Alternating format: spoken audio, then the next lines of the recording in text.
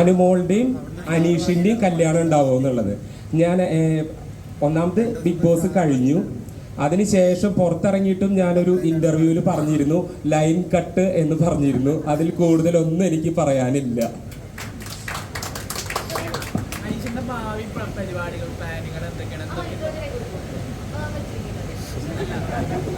ഭാവി പരിപാടികളെ കുറിച്ച് ചോദിക്കുകയാണെങ്കിൽ ഒരുപാട് കാര്യങ്ങൾ പ്ലാൻ ചെയ്തിട്ടുണ്ട്. അതൊക്കെ വഴിയേ പറയാം. ആദ്യമേ തന്നെ നമ്മൾ പറയുകയാണെങ്കിൽ അതിൻ്റെ ഒരു ത്രില്ല് പോവില്ലേ, ഇല്ലേ?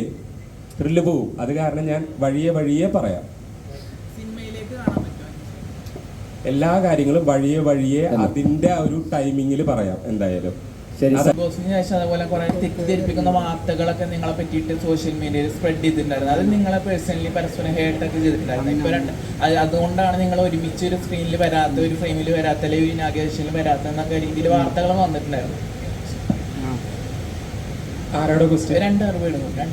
എന്നെ സംബന്ധിച്ചിടത്തോളം ഇപ്പോ ഇവിടെ ഞാൻ പറഞ്ഞിരുന്നു, രാജകുമാരി എന്ന് പറയുന്ന ബ്രാൻഡ് നെയിം, ട്രിവാൻഡ്രത്തിന്റെ സ്നേഹം, ഇതൊക്കെ കറക്റ്റായിട്ട് ആ ഒരു ടൈമിൽ വന്നപ്പോഴാണ് ഇവിടേക്ക് വന്നത്. അപ്പൊ കൂടെ അനുണ്ട്. യാതൊരു തരത്തിലുള്ള എന്താ പറയുക, ഞങ്ങൾ തമ്മിൽ എന്തെങ്കിലും തരത്തിലുള്ള വൈഷമ്യങ്ങളോ അങ്ങനത്തെ കാര്യങ്ങളോ ഒന്നുമില്ല. അതൊക്കെ ആരൊക്കെയോ പടച്ചു വിടുന്ന കാര്യങ്ങളാണ്. ഇതാ അവിടെ ഒരു ഫ്രെയിമിൽ ഞങ്ങൾ രണ്ടുപേരും, ഇതാ ഒരു ഫ്രെയിമില്. അനുമോൾക്ക് എന്താ പറയാനുള്ളത്? എന്താ ചോദിച്ചത്?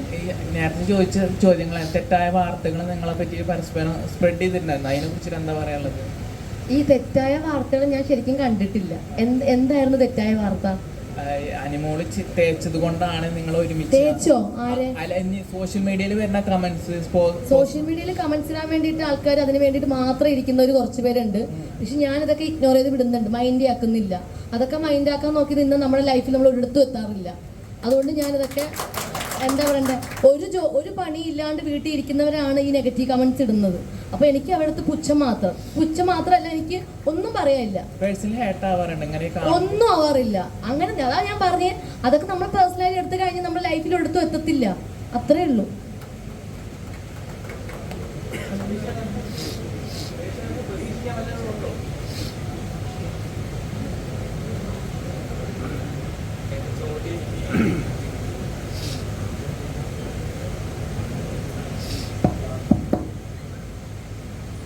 സാധിക്കുന്നതിൽ ഒരുപാട് സന്തോഷമുണ്ട്. തീർച്ചയായിട്ടും ബിഗ് ബോസ് എന്ന് പറയുന്ന ഒരു ഷോയില് 100 ദിവസം നമ്മൾ നിൽക്കുമ്പോൾ ആളുകളായിട്ട് നമുക്ക്, അതിനുള്ളിൽ ആളുകളായിട്ട് നമുക്കൊരു കണക്ഷൻ വരും, ഏതെങ്കിലും തരത്തിലുള്ള ഒരു കണക്ഷൻ വരും.